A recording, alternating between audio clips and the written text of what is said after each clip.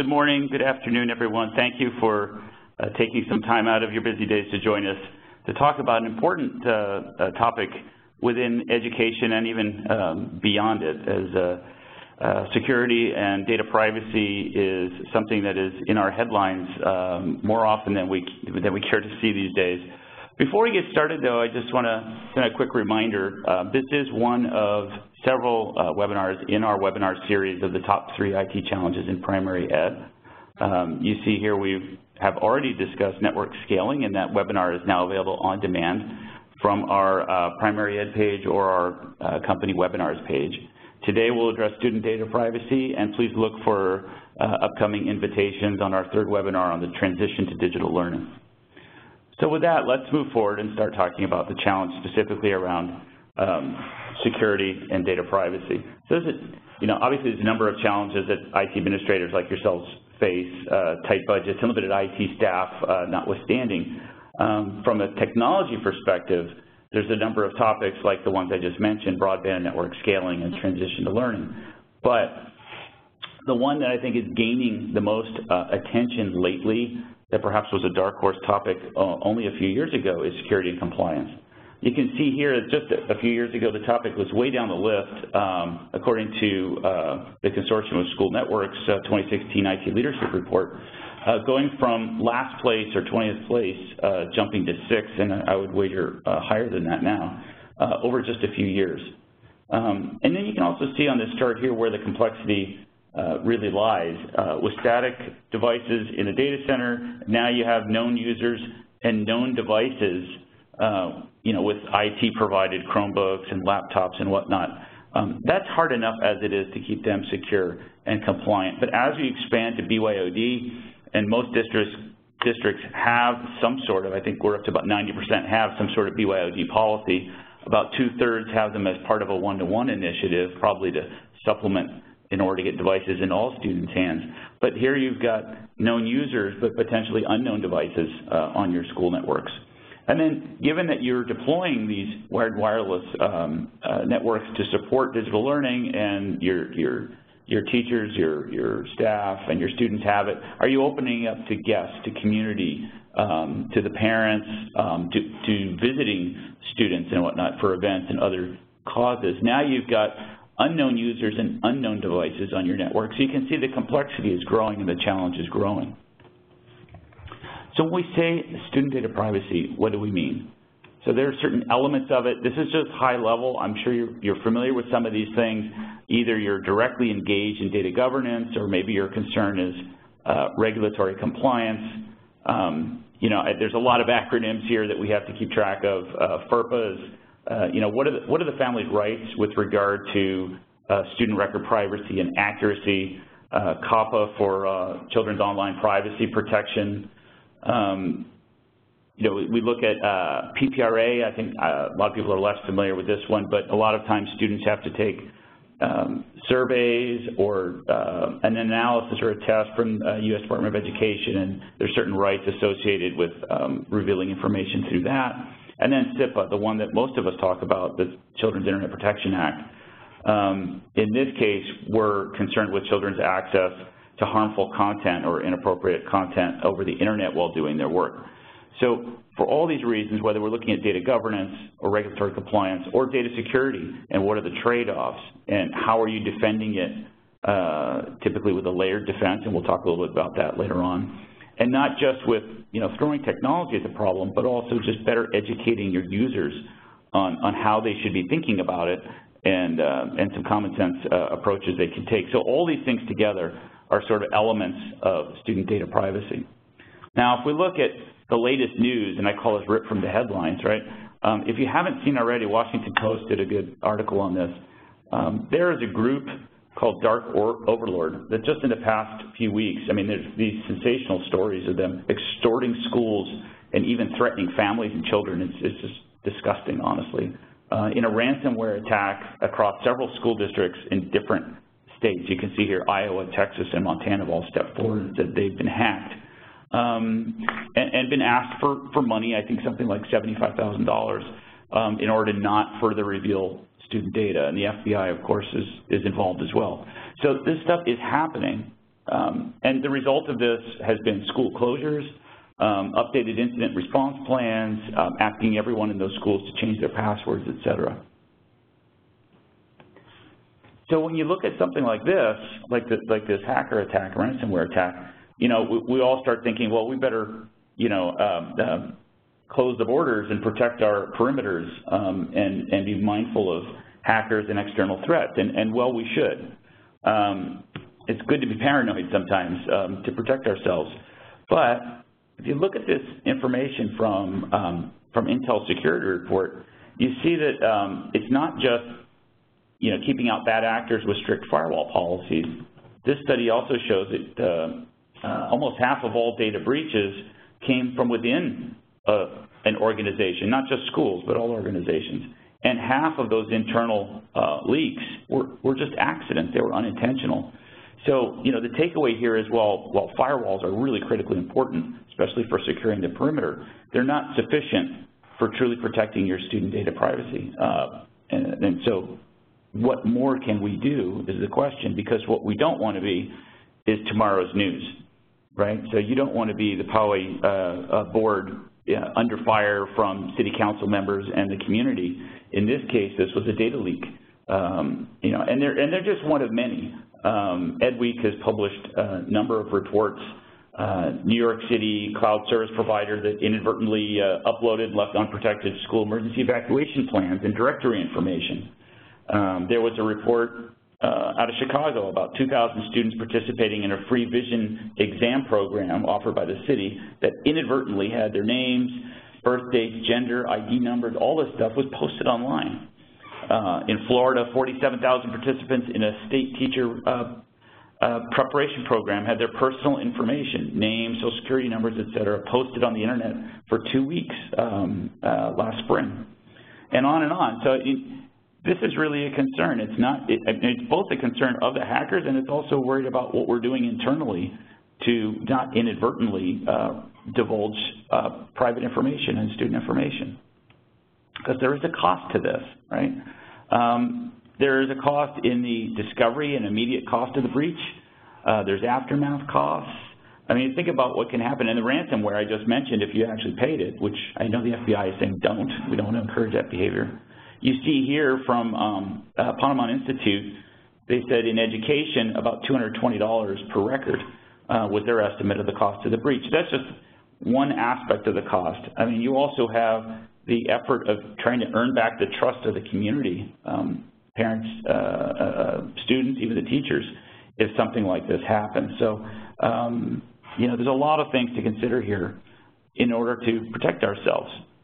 Now, again, we're talking about student data, but I think before we get too far into this, we should stop and ask, what is student data? I mean, it may seem like an obvious question, but, you know, in the past, that was primarily personal identifiable information that, you know, you would normally find on a birth certificate, stuff about the person specifically, like you see here. But today, it's much more than that. You know, it's attendance data, it's student progress, grade level completion, data graduation, test scores, disciplinary actions, and on and on. There's information here that could intentionally or unintentionally be used to shame or embarrass a student. Like, you know, are they in special education? Do they, you know, are they poor? Do they participate in free or reduced lunch programs, et cetera? So we need to be very mindful of the fact that student data is more than it used to be. Now, beyond that, exacerbating the challenge here is the use of that student data. You know, it's one thing to say we simply capture it and store it, but actually now we want to use that. There's actually good uses for student data. There's the promise of personalized learning, like we're seeing in some charter schools, that can identify at-risk students, address weakness early, so remediate as needed, or even help students move forward faster if they're able to do so. And personalized learning, while it's not fully proven yet, is catching on. It's an area of interest that's getting investment, and it uses student data in the best possible way to drive outcomes. At the same time, there's open citizen data, basically the request from state local governments to use the data to improve their operations and provide transparency to the citizenry. I mean, how many teachers do we need at this school? How many school buses might I need in this district? How much money do we need based on the types of students that we have in our classes as well? So there's good use for it, but now you have this question, you know, with the rise of student data and the number of useful and beneficial needs for it, and so the acceptable use cases are increasing, but therefore the risk of misuse is increasing as well, and this is really the challenge. How do we balance the potential benefit against the possible misuse or data leakage or hacking of that data? The next question I want to pose and ask you to think about is, where is that student data? Do you know where it is today? You know, we need to use it for good reasons, as you just saw. But where is it found? I mean, in general, we can say in two sorts of categories. It's found at rest, so it can be found on client devices. It can be found on network storage, school systems, databases, emails, et cetera. And it's also on the fly. In other words, it's being sent from client to client, client to network edge, from edge to aggregation networks, and from site to site, and then from site to cloud. So student data is being created, it's being moved, it's being stored. Basically, it's everywhere, right? Again, firewall is critically important to securing the borders, but there's more to consider here. You know, as you can see down here in the school district office, you know, generally the perimeter is in the district office going out to the internet. You're not having local internet access at every school. That would be very expensive to have internet pipes at every school, so it's generally aggregated. But you see here, you could have guest access out at the individual schools. You've got students generating data within the classes, data moving within the schools, and then from school to school, and then tunneled from school to district to DOE, or out to cloud service providers. So that data is really everywhere. So what can you do about it? It seems untenable, hard to get your arms around, like the amount of data, how it's used, it's located everywhere. But there is something called reasonable measures doctrine. And why is it important to you? Well, think in the retail world, a retailer adheres to something called PCI DSS security guidelines. And PCI DSS is a set of precautions, security precautions to protect your data and specifically your credit card data. The reason why retailers follow it is so that they're not liable for punitive damages associated with a potential data breach, which can be several times the cost of the breach itself, while also helping that retailer protect their brand reputation and loyalty because it shows they took all the reasonable precautions that they could. In education, reasonable measures that you take to prevent a problem or respond quickly to the problem, you know, if you're POA, you're in front of that town council or even in front of parents or community, you need to preserve or win back their trust, and showing that you did everything you could within reason helps do that. You can't possibly stop every kind of attack that can happen, but you can say, I did what I could, and then you can prove and demonstrate that you did what you could. So let's take a look at some reasonable measures and what that might look like and what might contribute to a security solution. Now, recognizing that this is a very broad topic, so we're going to have to kind of narrow in a little bit. So some areas that contribute to security solution include things like cybersecurity for the perimeter. We talked about that, like firewalls and whatnot. Network security, so are you securing connections to the edge of your network where students on their laptops, on their iPads, on their phones, on their VR headsets, right, all kinds of devices, right, are they connecting to the edge network? And then from there to the site, and from the site to the data center, is that secured? For BYOD devices coming onto your network, are you doing posture checks, security posture checks? Are you doing mobile device management? Are you making sure there's encrypted connections to those devices? For secure guest access, I mean, what are they connecting to when they connect onto your network? When you allow guests on your network, is it possible for them to access school records, student information, grades, whatnot, or are they only redirected, routed, segmented off to just get internet access? Policy management, we're going to talk about that one. This talks about the rules of the road and what do they have permission to see, what don't they have permission to see, what resources do people have access to, et cetera. It really impacts everything across the school and the district. So policy management is huge because it is so far-reaching. And it also touches on things like acceptable use policy. You know, it's that little checkbox that everybody does when they get on the network, but really what's behind that.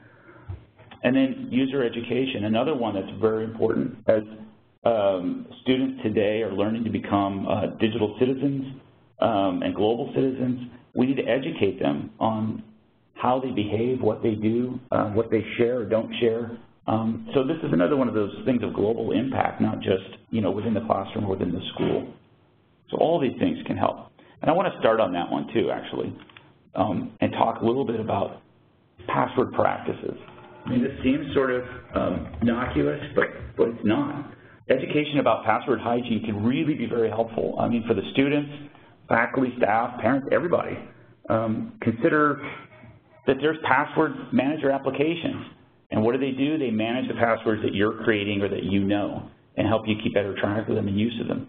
There's single sign-on or SSO applications, which are going to help you generate but hide true passwords, right? So you have your one password to the SSO, and then it has its own very deep and complicated passwords to every different site, 20 different sites. You don't even need to know what those passwords are. No one can steal them from you because all you know is that one to the SSO. And then there's multi-factor authentication. For some applications or users, it makes a lot more sense. You know, this is a combination of what you have plus what you know, which makes it a lot more difficult for someone to get a hold of or use. And it's especially good with role-based access to sensitive information like student records. So, you know, for those of you who look at this picture and laughing, right, this is all too common. You know, you don't want to have easily guessed passwords like password 123, and I'm going to share something in a moment about that. You don't want to be telling your neighbor your password. It happens all too often among kids. They trust each other a lot. But even, you know, the teachers could have Post-it notes or labels on their devices. I've seen my own kids, they put their passwords on their notebooks. In fact, they're instructed to. Like, don't forget your passwords, just write it on your notebook. Well, anybody looking at your notebook has your password. But if they forget their password, then learning is interrupted. I couldn't do my lesson, I forgot my password. So I have to write it down. So it's again, one of those trade-offs between the proper use of it and the risks of it. So we don't want to be doing that, right? So that would be bad.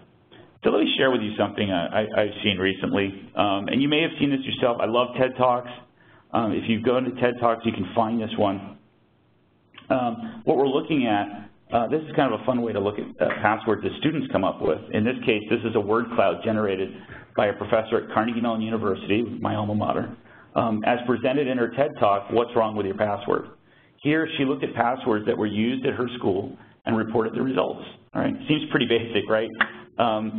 Is it really that hard to guess that the most popular password is 1, 2, 3, 4, 5, 6, 7, 8, 9, or the word password, or I love you, or just your name? I mean, it's actually amazing to me. I mean, these are computer science students. These are kids that are learning law, but they put really basic passwords. Why? Because they just want to get past it, right? They're not thinking about being secure. They're thinking this is just a burden, and I just want to type something in.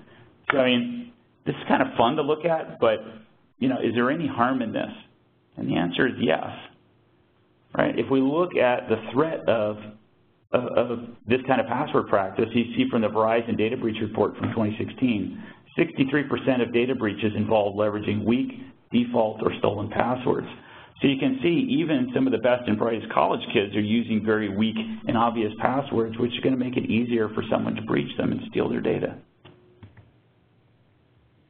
All right, so to this point, we've just been talking about passwords and security overall, but now I want to focus a little bit more about network access and the role that plays in student data privacy and protecting it.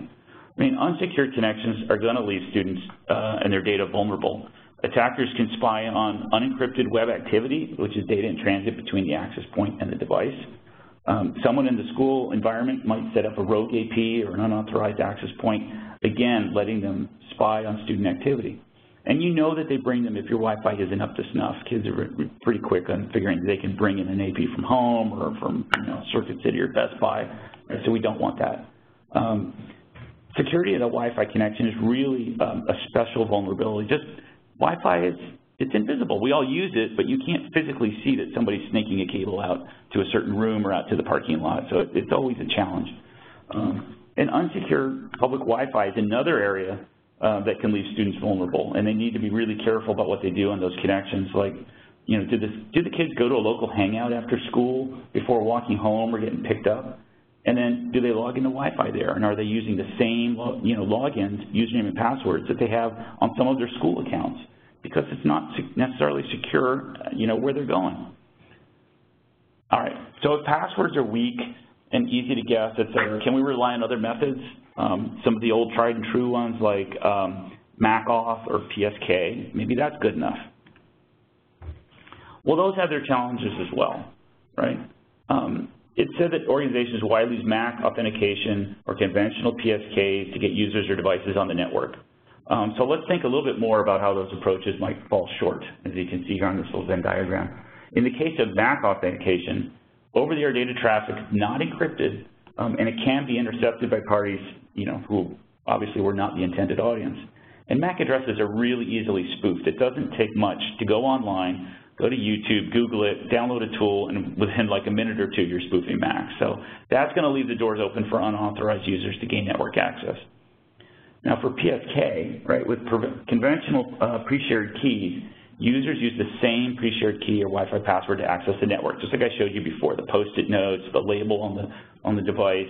And, you know, you might be just as guilty as the next one of making your PSK like your school mascot, like Go Eagles, exclamation mark. All too common. So while organizations can use separate PSKs for different SSIDs, this method still has a lot of drawbacks, right? There's no way to revoke access. For example, when a BYOD user leaves your school, and you don't want that person accessing confidential data after they leave. You want to be able to revoke that access. But traditional PSKs don't give you a way to do that. Users can also share their password at will, and your IT team has no control over that. And they can't change the password without disrupting service for everybody because they don't want to interrupt access. They're tempted never to change it. So both MacAuth and traditional PSKs are going to give IT no way to associate a user with a device and no way to apply some kind of discrimination or differential access policies to different types of students or users and different types of devices. And finally, both methods lack the ability to perform security posture assessments and remediation during enrollment or when the user and their device is getting on. That means the user can onboard without proper security functionality in place. So basically, at the end of the day, there's some serious shortcomings to both of these practices. So let's move on and see if there's something better we can look at. Right? So like I said, many schools don't have adequate secure network connections, but they do want to onboard guests and BYOD devices, just as we mentioned in the very first slide of this webinar. So one of the solutions out there to look at to secure connections is one that's going to allow granular policy control and still be easy to use. So I want to look at the idea of a security and policy management solution. And this is a tool that not every school uses. I really want to advocate here because it really touches on everything. It touches on who gets on your network, what they can access, how they can get it, when they can get access to it, and define how secure that access is. And all of this can be done with this type of tool. So let's talk a little bit more about it and the experience that it can provide. And this is pretty cool. So we call this the smartphone experience. So what if connecting your devices, your Wi-Fi devices at school was as easy as it is to connect up your smartphone? And what I'm thinking here, what I want to talk about is like if you've ever flown and you have to go into airplane mode on your device, right? You're about to take off, they tell you please turn off your devices or please go into airplane mode, right? And then when you land, when you arrive, it's okay to turn it back on or get off of airplane mode and back in normal mode. So what happens when you do that? What happens is, unbeknownst to you, the network, whether it's Verizon or AT&T or whoever, is verifying that you have a carrier-authorized device. The carrier is authenticating your user account, making sure it's valid, find out what you're subscribed to, and allows you to use those services. All that communication that's going on in the background is secured via some sort of digital scramble or encryption, and it's all happening automatically. No user intervention, right? You don't need to type in a password after you come off of airplane mode.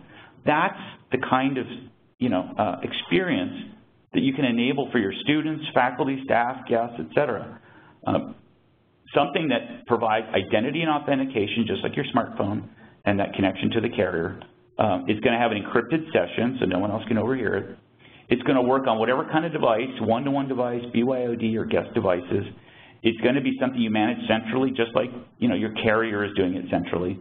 And it's going to give you visibility on who's on your network. So it's a great, easy experience while giving you more control and making it easier to deploy and manage. So I want to introduce Cloudpath Enrollment System. This is a Ruckus solution that is a piece of software or software as a service. You can offer it in a cloud instance as well. It's going to deliver you that secure, policy-based, wireless, and wired, it does both, access for every user and every device on your network.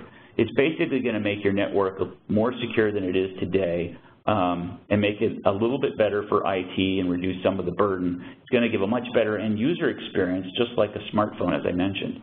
So at the end of the day, it's secure network access for any type of user using any device on the network and any network. By the way, it doesn't have to be a Ruckus network. It could be anybody's existing enterprise level network, wired or wireless. Now, it uses something called certificates instead of passwords, which is really cool. So like once you've logged into the student portal, at that point you're getting a certificate onto your device. And that certificate has some special properties, which are really cool.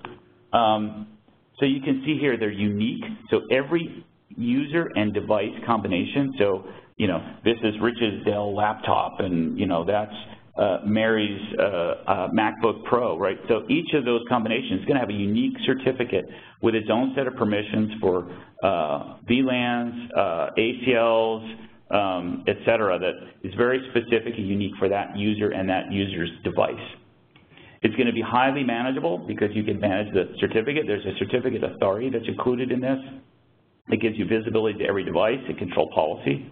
The security level that's being used is WPA2 Enterprise with ETLS. That is the gold standard in security today, but without the complexity to you as the provider of the security to your students. And the real beauty of it for digital learning, where nonstop access is required, again, losing your password means not doing your homework or being late to start the class until that last student is logged on to the online curriculum. You can avoid, at least from a network access perspective, just within network access, getting the devices online, we can avoid those interruptions by providing certificates, because the certificate is what's authenticating the user and device onto the network and not the password. And let me give you a clearer example of what this might look like.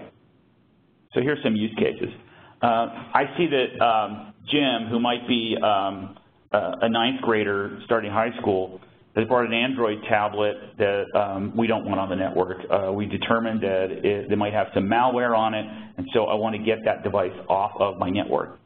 What he can do is go in and simply revoke the certificate of Jim's tablet using Cloudpath interface, administrative interface, and what will happen is Jim's tablet will no longer connect to the network, but his other devices will. So if Jim is actually using a MacBook Pro to do the majority of his work, he can still get on with his MacBook Pro. It's unaffected. Only that one device of his is being revoked. So I'm not taking all Android tablets off the network. I'm not taking all of Jim's devices off the network. I'm just taking Jim's tablet off the network. And I can do it centrally, and I can do it quickly and easily before having to remediate by pulling that, by physically acquiring that tablet. Right, so this is a lot faster than having to track him down and saying, did you bring the tablet with you, and getting it back. By the way, you can do the same thing for lost and stolen. So if Jim had said, my Android tablet was stolen and I'm trying to get it back, in the meantime, I can revoke his certificate so no one else can do anything bad with it until it's returned and we prove everything's okay. So that's another good use case for certificates. The other one is, what if the school policy requires we're going to change our access passwords every 6 months, and so as a security measure, we want to keep changing the passwords. Well, there's no impact to Jim's network connectivity. You don't need to open a help desk ticket because the certificate is still valid. Yeah, his credentials may have changed, but his access to the network will not, because that certificate is still unexpired. It's still good. I haven't revoked it. It hasn't expired. So while I know all of you kind of struggle with this, where you probably want to put a password expiration policy for security, but we know it's a giant hassle every time we go through that. This makes the hassle a little bit less. Okay, so what is Cloudpath and what does it look like? So rather than a fuzzy concept, let me tell you more explicitly. It's a security and policy management platform, right? It's providing a certificate authority. It's providing a free radius server built in. It's got a policy management server built in, all under the hood, all delivered through a simple administrative interface that makes it easy to establish a policy with sort of a 1, 2, 3 workflow. It also does a little bit like NAC and MDM with some device enablement, and it provides an onboarding interface through a portal.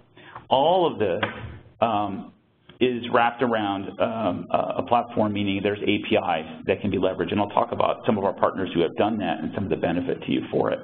It can be deployed in public cloud or on-prem, and you can subscribe it. It's all-inclusive, and it's also per user, so one price based on how many users, not how many devices. So if the number of devices per user grows, the cost doesn't grow, which is kind of nice for you. All right, so let's take a look at some of the APIs for third-party integration.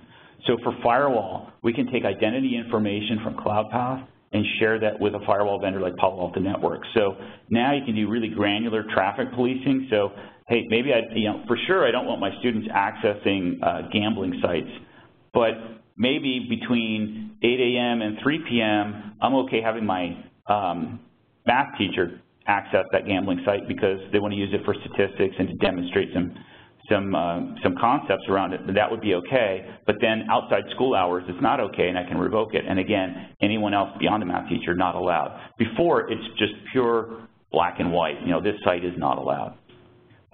Edge your own, well, this is really for higher ed more, but it's like a secure hotspot roaming to higher ed. But as those kids go and check out, the seniors are checking out universities and colleges, this would actually allow them to quickly and easily get on that college campus with 802.1x connectivity, which means it's going to be highly secure connections.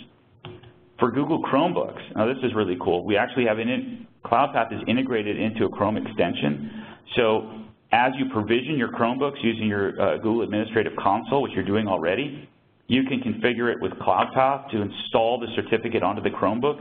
Once that student touches their Chromebook to connect, it's going to go off, try to get on the network. It won't be allowed. It'll go find its certificate, download the certificate, get permission to get on the network, and go. So it is extremely streamlined, very easy. It is the slickest Chromebook integration on the market today. For AirWatch, this is an example of MDM. So you want to have control maybe of what apps and capabilities of your device are enabled, and certainly you do that for a school-provided or IT-provided device like a Chromebook or an iPad. But you don't always want to do that with BYOD. You may not have permission to install agents or take action on a student's own device or their parent's device. So you don't want to buy MDM licenses for those devices. So you can actually, through the onboarding process through Cloudpath, go through one set of processes if it's IT-owned and go through the MDM server, and a different set of processes if it's not an IT-owned device, and just go through Cloudpath. So there's some value add there in the fact that you can handle and discriminate differently between IT-owned and BYOD and save money by not buying too many licenses for an MDM solution. And then finally, but also importantly, content filters. Examples like Lightspeed and iBoss, some of our best partners. Content filters are part of CIPA compliance. They help protect students from unwanted harmful adult content when they're online. But if they're using Chromebooks, let's say, or using Google Chrome browser, it's HTTPS by default these days, and so you can't filter what you can't see. So those encrypted flows, you don't know whether you're really protecting those students. You can look at the websites they're going to and use web filtering practices like that, and have blacklists and whitelists and whatnot, but you really don't know what's in that encrypted flow. What we can do with Cloudpath is help you establish a trusted man-in-the-middle approach using our proxy enforcement using our certificate authority, so that the content filter is able, Lightspeed, for example, or iBoss, could open up or unfilter that connection, make sure that it's filtering as desired, and then reestablishing that encrypted connection back to Google or wherever it's going. So you can help restore CIPA compliance using a tool like Cloudpath. All right, a little bit about policy management. As I mentioned before, you can have discriminating policies using a tool like this that discriminates between IT-owned versus BYOD. Maybe you have a different policy for Android. Some of you may have heard about something called Crack. It was a WPA2 attack that was really exposing some basic issues around WPA2, which have mostly been addressed by us and every other vendor that has responded to this. But Android users were particularly susceptible to this because there's not as much policy checking or posture checking on Android. So having a different policy for different device types like Android, and especially an Android for a student-owned device, could be really, really important. And using a tool like this allows you to establish separate policies. The only thing I want to mention really about Cloudpath ES here is that it is vendor agnostic. You can deploy it on whatever existing wireless you have, whatever existing wired network you have, and it'll work just fine. So if you want to know what it looks like, there's a simple onboarding process. You know, am I a returning student or am I a guest? Click. If I'm a student, enter my student credentials, username and password. You only have to do this once. And then you're going to download, based on the type of device you have connecting, in this case an iPad, it's going to give you just the right set of policies. It's going to give you the right certificate with the prescribed certificate duration, et cetera, for who you are, what rights you should have. You download that, and within 30 seconds, maybe a minute, you're done. Now, every time you are within range of your network, you're automatically connecting, and no more password prompts to connect. It's really that easy from a user experience. Okay, so with a security and policy management platform that does onboarding, device enablement, certificate policy management, we're touching a lot of the things that we said were important for reasonable measures. We're enhancing cybersecurity by providing identity-based firewall policies. We're not the firewall, but we're making it more effective. Enable device firewall settings. So one thing we can do during the posture check when you put your device on is make sure that the firewall settings are enabled. It's a simple thing, but important. We're securing all connections with identity, regardless whether it's IT provider or BYOD. So again, I mentioned WPA2 Enterprise ETLS. All those connections from client devices to edge network are using 802.1x, wired or wireless using 802.1x, so very, very secure. Guest access is secure. Again, you've got those policies I mentioned for discriminating. So guest access policies, you can simply drop them on a VLAN that says internet access only and doesn't put you on an internal segment behind the firewall. Granular policy groups, I just mentioned that. And the other thing that's important here is that you get reporting. You know who's on your network with what device and what they're doing, and you can report on that, which again is important for demonstrating to third parties that you're taking all reasonable precautions. All right. Finally, I just want to give you an example from real life. This is actually a customer of ours. This is not what Cloudpath was designed for, right? But again, one key feature here is device visibility and control of devices that are on your network. So here's an example where administrators at a school discovered graffiti on a campus building one morning. Not this one, I just found this example, right? But this could have been your school. You can picture somebody coming in and doing this. Well, they went back and checked their Cloudpath logs, and guess what? They found that there was a connection that was made by a device by a certain student because there's identity associated to that device. And so that student and their device were shown to connect to the school network at 3 a.m. the night before or the morning of that was found. And so they were able to identify the vandal. So again, it's not what Cloudpath was designed for.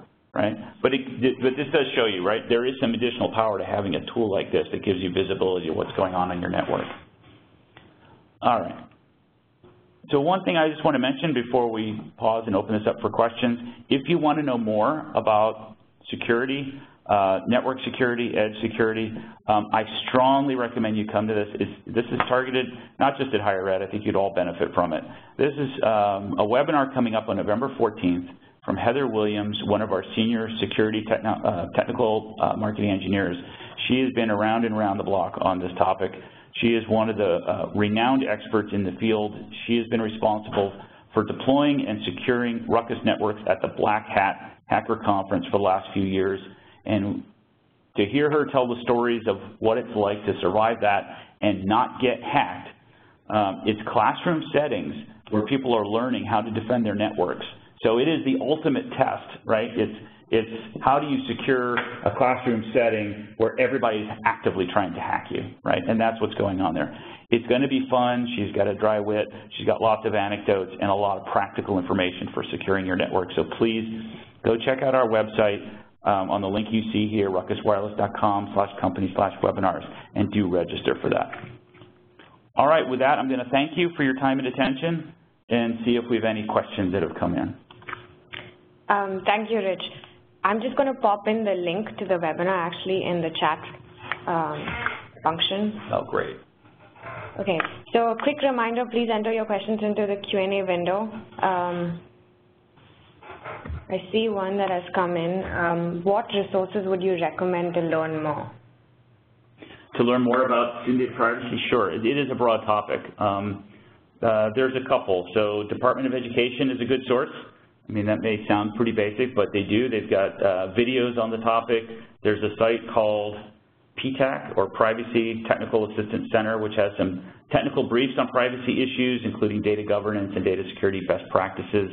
And for those of you who are ISTE members, ISTE has a practice around protecting student data privacy, and there is a new or relatively new or emerging practice called TLE, or Trusted Learning Environment, where they're putting out best practices that you could take in order to get that seal of approval from ISTE to say that you are a trusted learning environment. So I would definitely encourage you to check them out as well. That's a good question. Great. We're going to stay on for a couple more minutes, so if you have any questions, please do enter it into your Q&A window.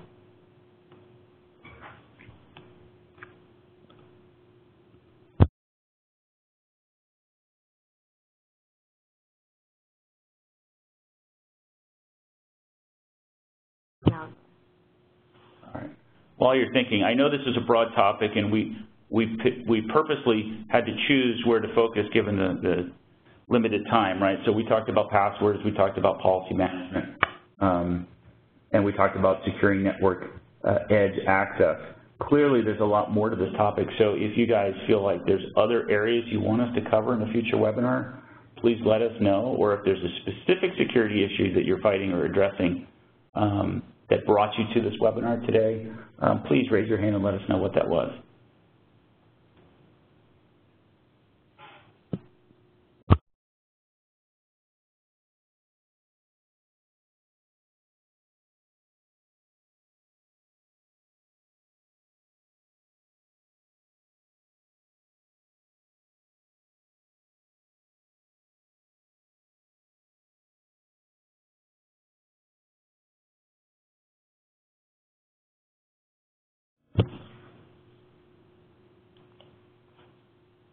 All right, I'm not seeing any more questions come in, but if you think of them, you can please send them to info@ruckuswireless.com. We'll be happy to get back to all of you.